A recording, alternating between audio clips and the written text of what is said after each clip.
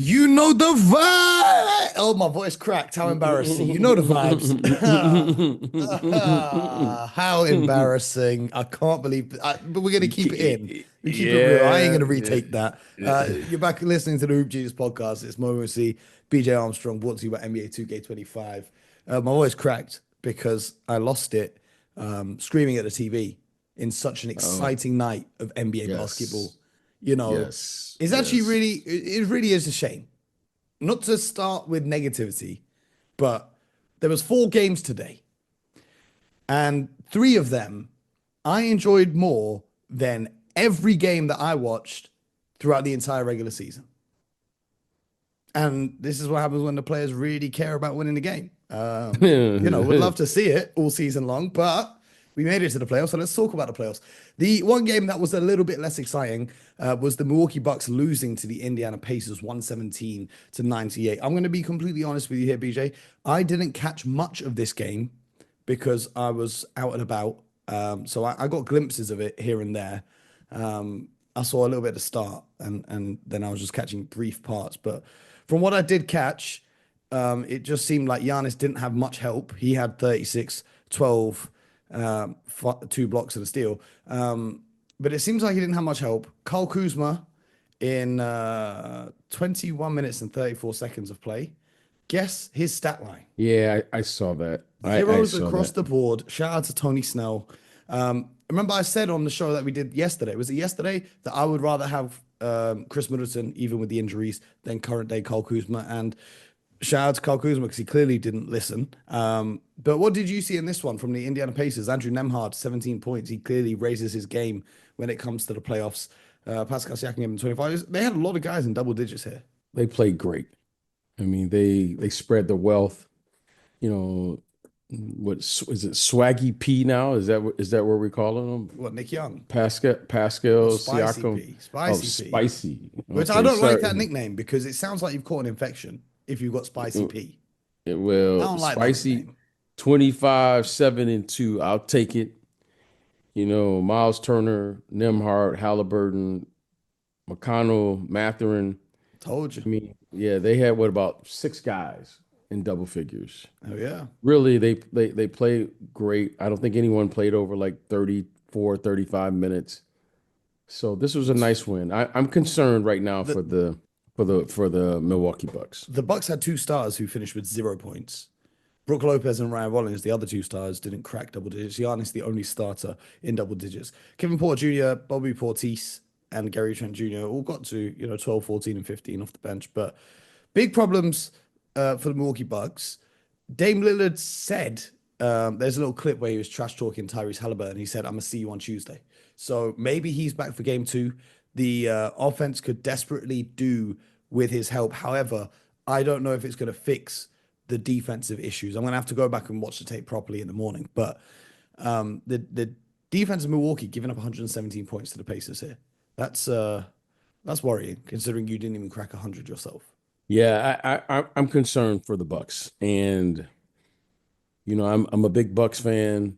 Giannis, Doc Rivers, and company, but I'm not sure that this roster can get it done. And I watched them today. I didn't like the I didn't like the body language. I didn't like the energy of the team.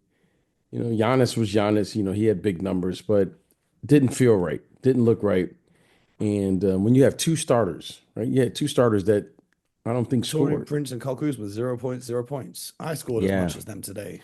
yeah. Just it's something's I actually going scored on. more, but Something is going on there, and just not a good fit. So, I'm starting a but campaign. If they lose this series, Giannis, get out of Milwaukee. You ain't won a game in the playoffs since 2022 with the Milwaukee Bucks.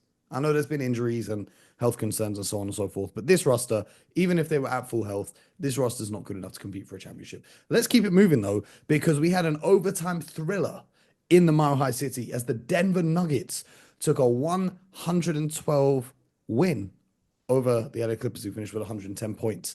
An absolutely thrilling game here where the Clippers were leading for most of it, and it looked like they were going to steal game 1 on the road. Russell Westbrook, I said it once, I'll say it 100 times. Russell Westbrook could play for my team any day. He gives 110% effort. He hit a huge 3 down the stretch late in the game with about 23.8 left on the clock, crashing the offensive glass. Aaron Gordon as well, crashing the offensive glass. Listen, this was, I don't want to say it was a great win for the Nuggets because they shouldn't have been in that position in game one at home, but it would have been a horrible loss if they had lost it. So shout out to Russell Westbrook keeping them in that game. Saved Jokic as well. He missed a couple clutch free throws down the stretch there. What I did like in this one is their new coach, Adelman. Is it David Adelman, the new coach? He benched Michael Porter Jr. down the stretch in favor of Russell Westbrook. Michael Porter Jr. didn't have a go in. He just made one bucket in the 27 minutes he played. And defensively, he doesn't offer as much. Oh, and also Russell Westbrook got that huge steal to basically win the game at the end of overtime. But there was a big move from the coach there. Big move from the coach there. The Clippers started out so strong. Kawhi Leonard kind of disappeared in the second half and overtime. Maybe this is a curse of the statement I made about him yesterday. Maybe it was just ran out of gas a little bit. He's not used to playing 41 minutes in the altitude of Denver. But one thing that baffled me, BJ, one thing that really baffled me, because I thought Big Zoo had a great game. Ivica Zubac, 21 points, 13 rebounds. The Harden and Zubac pick and roll seems to work pretty well, but they went away from that down the stretch of this game. Why did they do that? Well, I thought this was one of, or perhaps the best game of the year thus far. They were great. The whole game was terrific. Defensively, their game plan, what the Clippers did was outstanding. I just thought this was a very well played game from start to finish. And during the course of the game, when teams are making runs and you got to find something that you can do. And you got to put the ball in your best player's hand. And I know James Harden was terrific. He's been excellent. I mean, I can't say enough things about James Harden, what he's done this year, his leadership, decision making. He's more or less carried this team throughout the course of the season from start to finish. Huge shots down the stretch of this one as well. But Kawhi Leonard is Kawhi Leonard, okay? And why do you go away from that? Because in the end, you have to put the ball in your best player's hand. So I have there's no second guessing of what was going on there. James Harden, again, they played well enough to win. This loss should hurt. However, I'm picking the Clippers to win this series. They showed they could do it. I'm picking them to win big in game 2.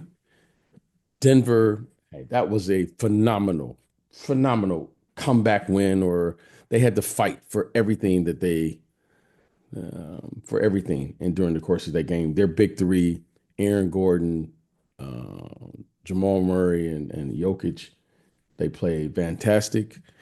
Russell Westbrook, tremendous off the bench. But I don't think they can play this well 3 more times. I mean, that's a lot of energy to be able to do that. I think the Clippers can continue to this pace. What they did defensively, give them credit. I want to give Jeff Van Gundy. I know he's been doing the defense all year.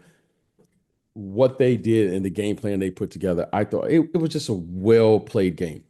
I thoroughly enjoyed the entire game, and I'm looking forward to game 2. I think this has the makings of a great series, and I'm going to pick the Clippers after watching this game 1.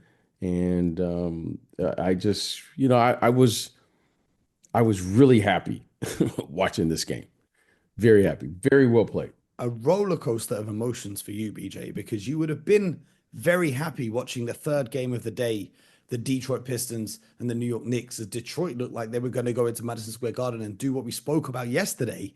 However, a 21-0 run by the Knicks in the fourth snatched the game away from them. I know how that feels, BJ. I remember watching the Warriors do that to the Celtics in the NBA Finals in 2022. A 21-0 run can be absolutely devastating, but I'm not panicking if I'm the Pistons. This was Cade's first playoff game or Sar's first playoff game.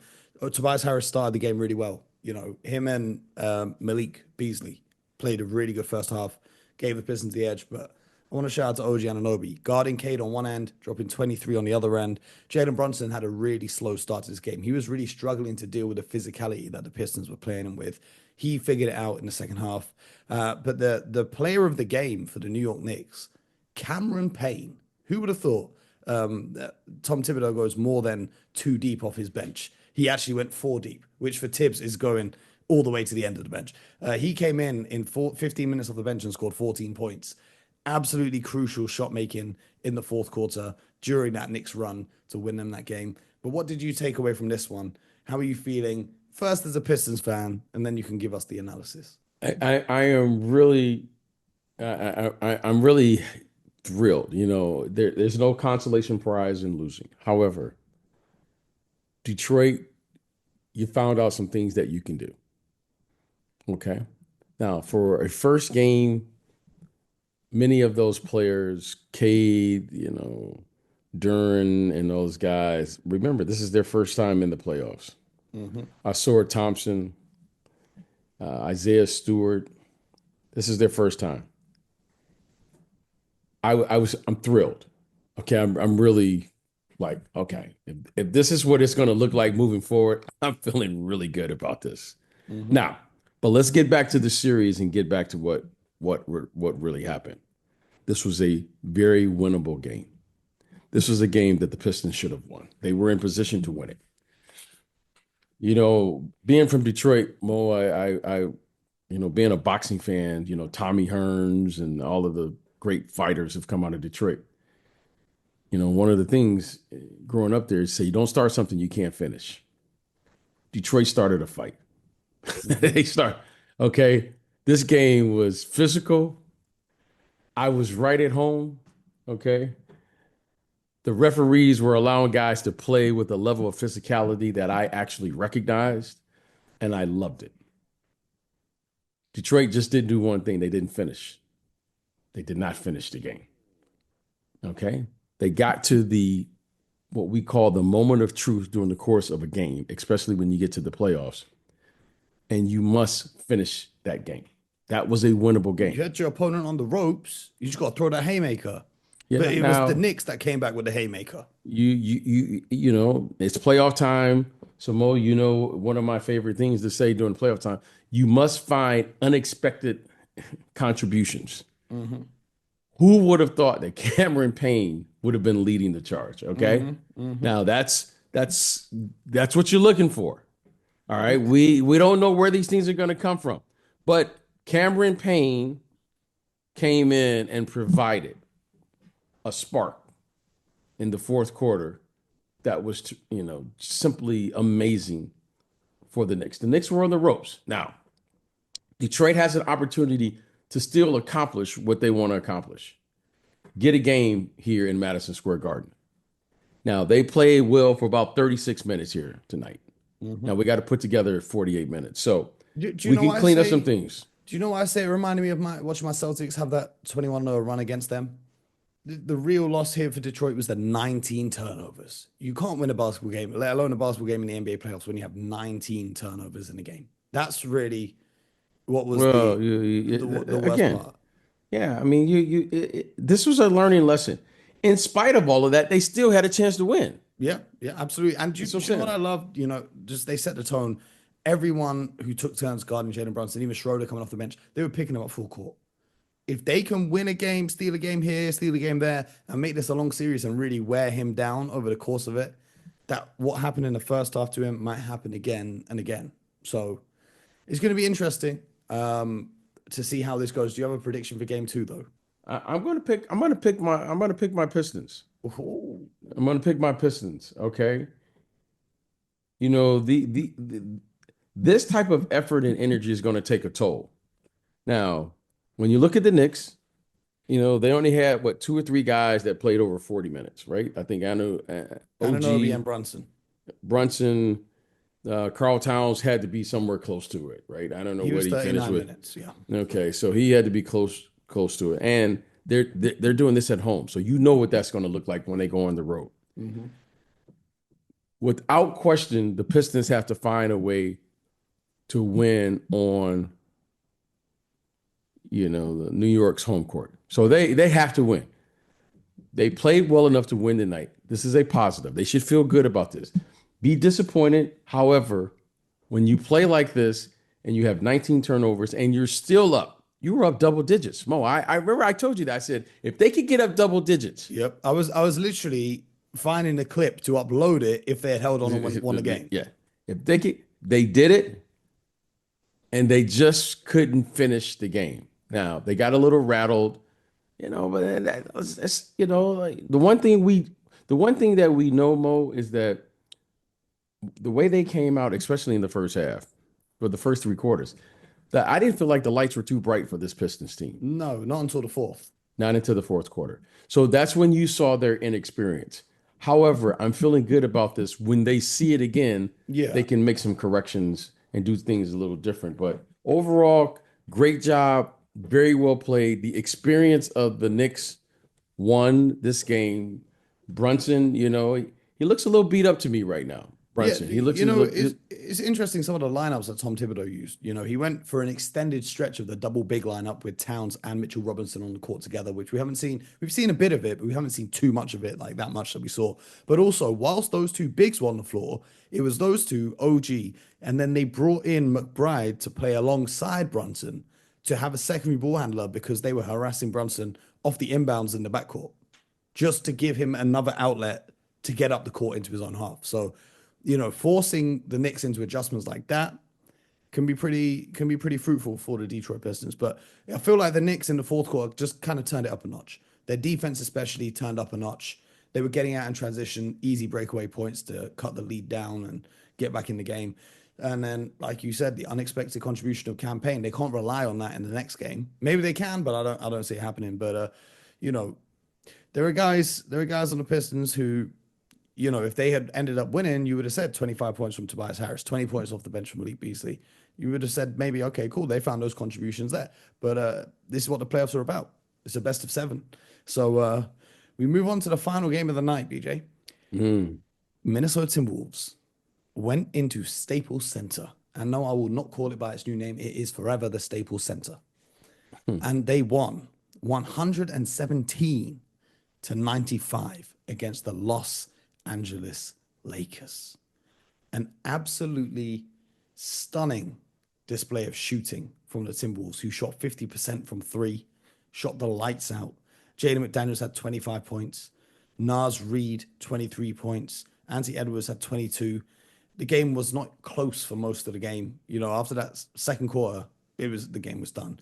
LeBron really struggled early. He managed to finish with 19, but wasn't effective. Luka had 37. He came out torching them. The way Luka started this game, you thought this was going to be a wrap, but they figured out a thing or two. Was interesting watching this Lakers team. And, we've said all this time that they need a big. Jackson Hayes only played 8 minutes in this game.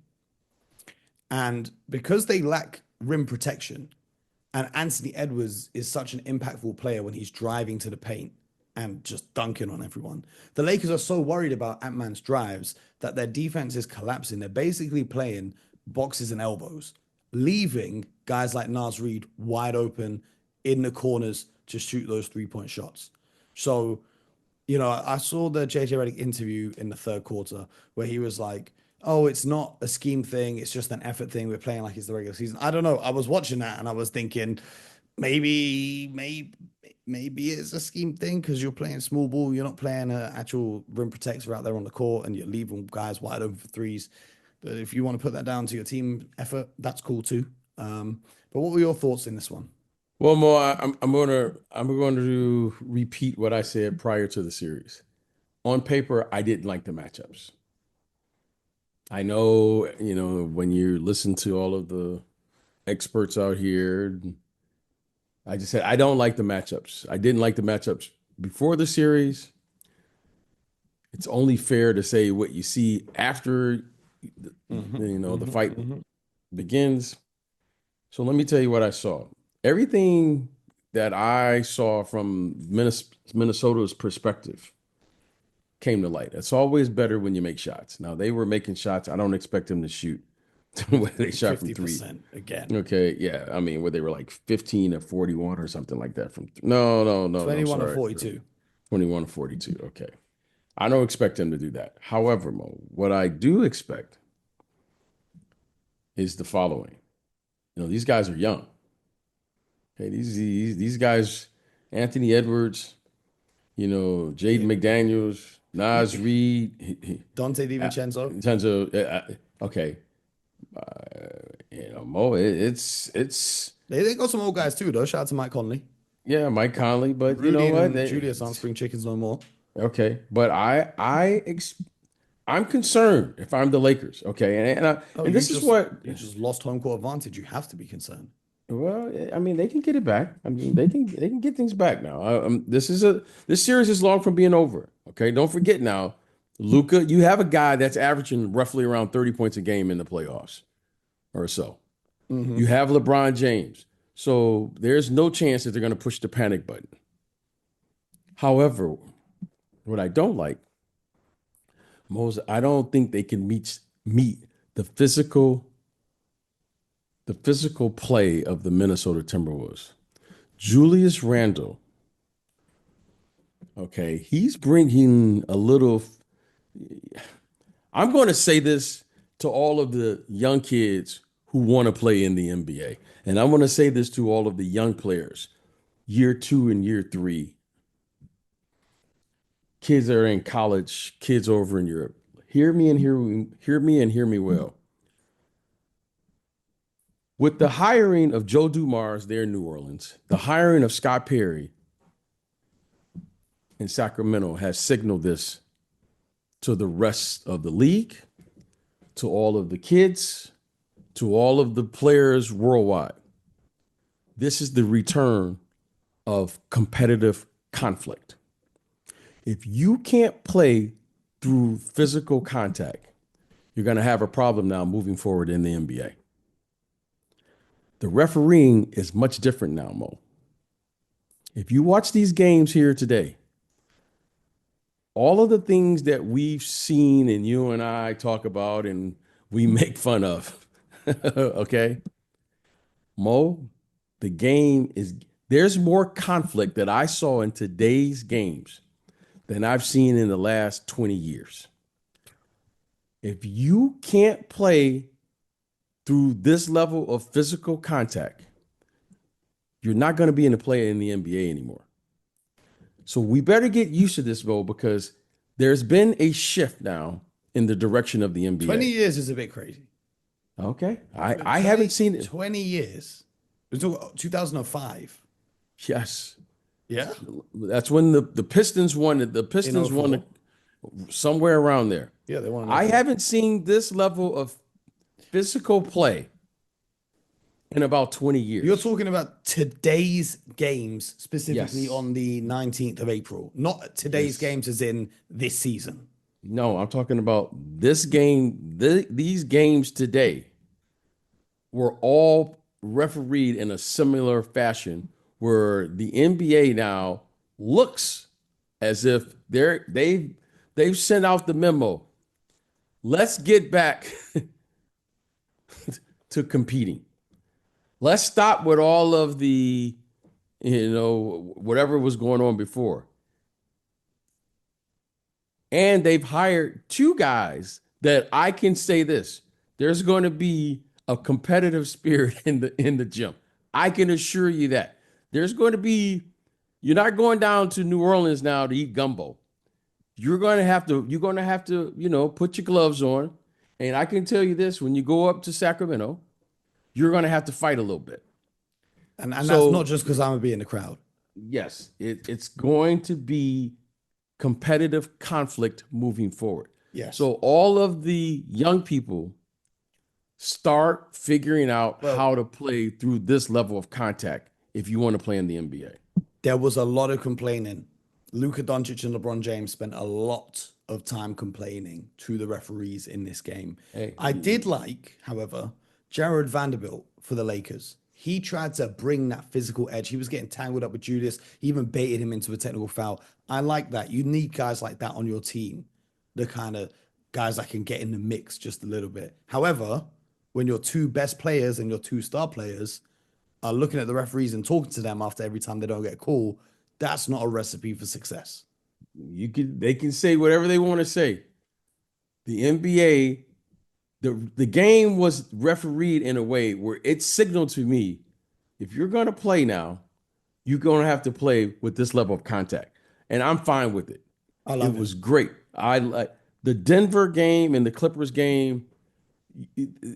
You had to be a man to play in that game today. Okay, the shot making of those players was just it was elite. The contact, Jokic is down, this guy is down, Kawhi is down. I mean, the defense, the physicality of the game, the Knicks. I mean, I even saw post play. I was like, what's going on here?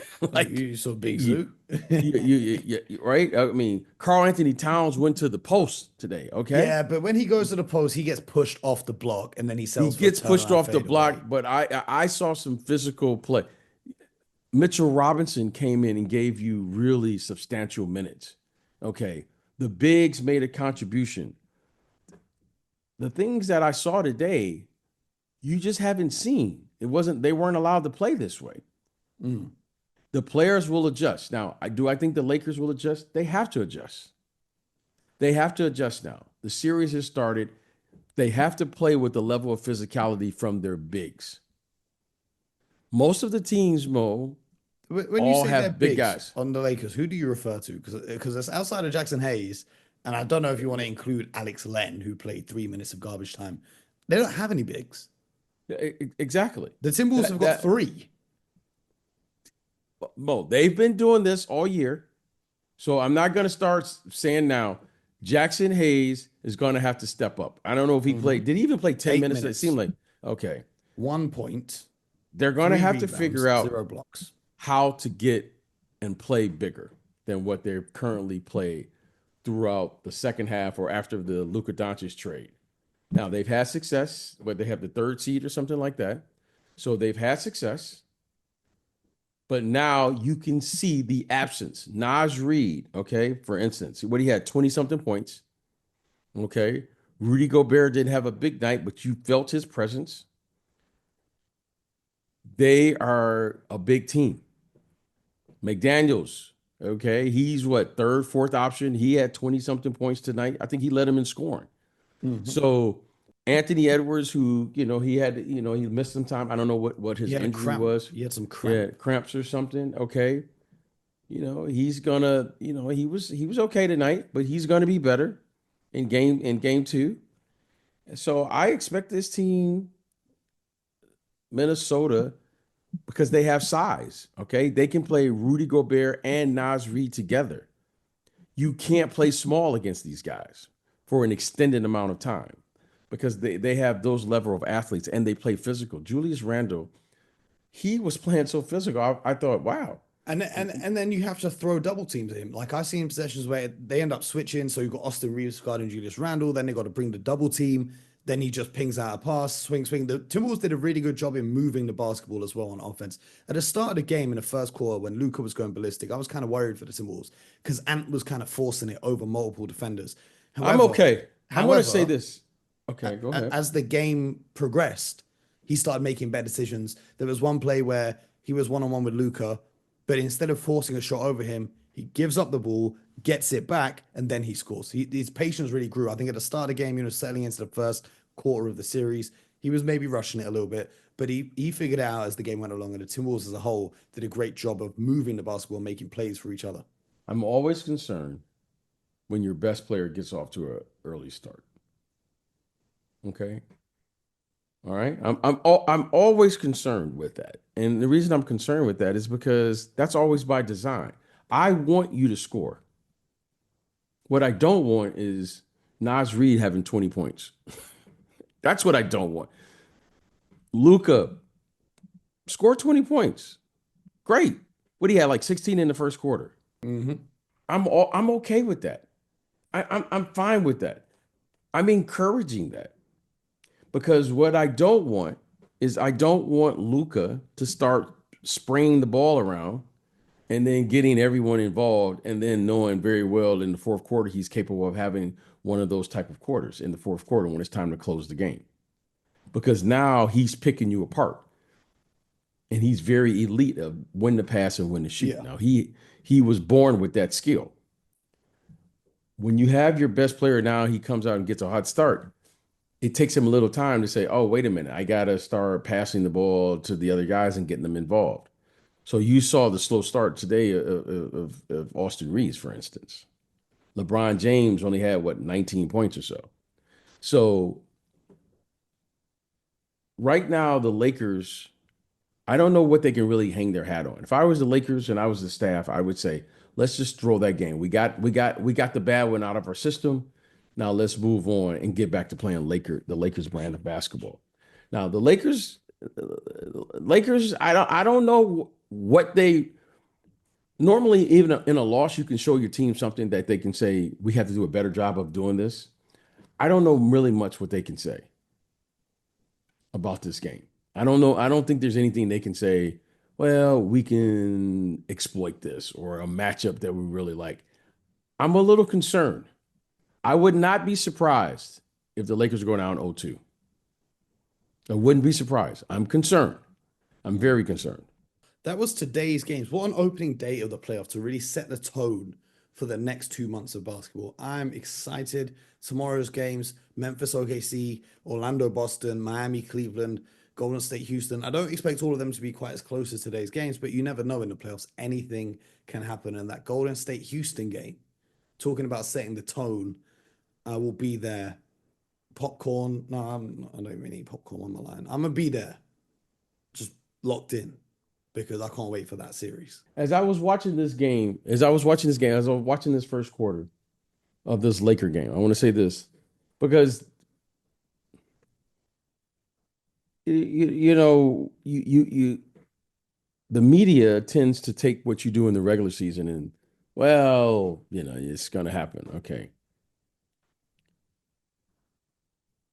I remember some of my coaches that I happen to play for in the NBA, they would always say this at the beginning of the playoffs. If you want to go fast, go alone. If you want to go far, Mo, you got to do this together. Now, the Lakers have great individual players. But Mo, they're going to have to figure this one out. Because I'm going to tell you something. The better athletes are on the other side of the court. Mm-hmm. They're bigger, they're stronger, and they're faster. This one is going to be very difficult for the Lakers because they can't overwhelm them with the physicality, which is LeBron James, what he's been able to do for 20-something years. He can't just overwhelm Anthony Edwards. Okay? Luka just can't shoot over the top of Naz Reid and all of the different people. Julius Randle. Yeah. I like that matchup with Julius Randle guarding Luka Doncic. I mentioned it earlier. That's what I'm saying. On the possessions, he switched onto him. He held down very well. Luka is excellent at playing bully basketball. Yeah, against Jared Daniels, who's not as strong as him, or Mike Conley, who's way smaller than him. Cool. Do your thing. But they can't just bully. So they're going to have to do this one together. And that, to me, is what I'm going to be looking for from the Lakers' perspective. If I'm the Minnesota Timberwolves, I look to turn this thing up. I want to get this into a track meet. I want to get this into, let's try to get them to shoot early in the shot clock. Because it's going to be very hard for them to beat them with just two guys scoring, Luka and LeBron. They're going to need Austin Reeves. They're going to need Rui. They're going to need Gabe. Somebody's going to have to step up here. Okay? So if they're going to win, the Lakers, you're going to have to do this one together because I don't see how they're going to be able to just overwhelm this team with talent like they can normally do. Anthony Edwards is very capable of being the best player in this series. He showed it tonight. He gave you in the second half, Mo, he was the best player on the floor. And the only time he wasn't was when he went to the locker room. But in the second half, Mo, he was the best player on both sides of the ball. Now, let's see what happens here moving forward in game two. Absolutely. The game two is going to be, what is it, Tuesday? These guys meet again? I think, Mo, I'm going to go down. I think I'm going to head to the game. It's possible because, Mo, I want to see this. I'm telling you, I can learn something from this series. I like Minnesota. I said it, I'll say it again. At some point, Minnesota is going to play to their potential. I told you that. Yeah, You know, been saying it. Been saying it. at some point they're going to play to their potential. It might just be now because this is one of the better games I've seen them play. Now we'll see. We'll see what Tuesday And I want to holds. give one more shout out before we go. My old friend, Mr. Rudy Gobert. Shout out to Rudy. A lot of people saying, you know, the Lakers can go small, play him off the court. He held up well on switches, even on the perimeter. There's one where LeBron tried to go at him. He blocked him when he got to the hoop. Shout out to Rudy, man. Shout out to Yeah, the whole team. I mean, you know, I'm a big Rudy fan, so I'm okay. He shows up, and you're going to need the big fella here. He keeps doing his thing. He keeps trucking along, so I'm okay with Rudy. And but we'll see. This is going to be an interesting series, as we say, Mo. Now the series has begun. There we go. I was wondering how many episodes in the playoffs we yeah. get. Well, The Mo, catchphrase: series don't begin until the road team wins a game. Well, they won, so now here we are. We're in a fight now, Lakers. Yep. JJ Redick, let's figure out the game plan. This is a series of adjustments, and here we go. Let's see what we're gonna do here. Absolutely. We'll be back tomorrow breaking down game ones across the other matchups that haven't got started yet. In the meantime, subscribe to the show, YouTube, Spotify, Apple, wherever you get your podcast from. And until tomorrow, get buckets.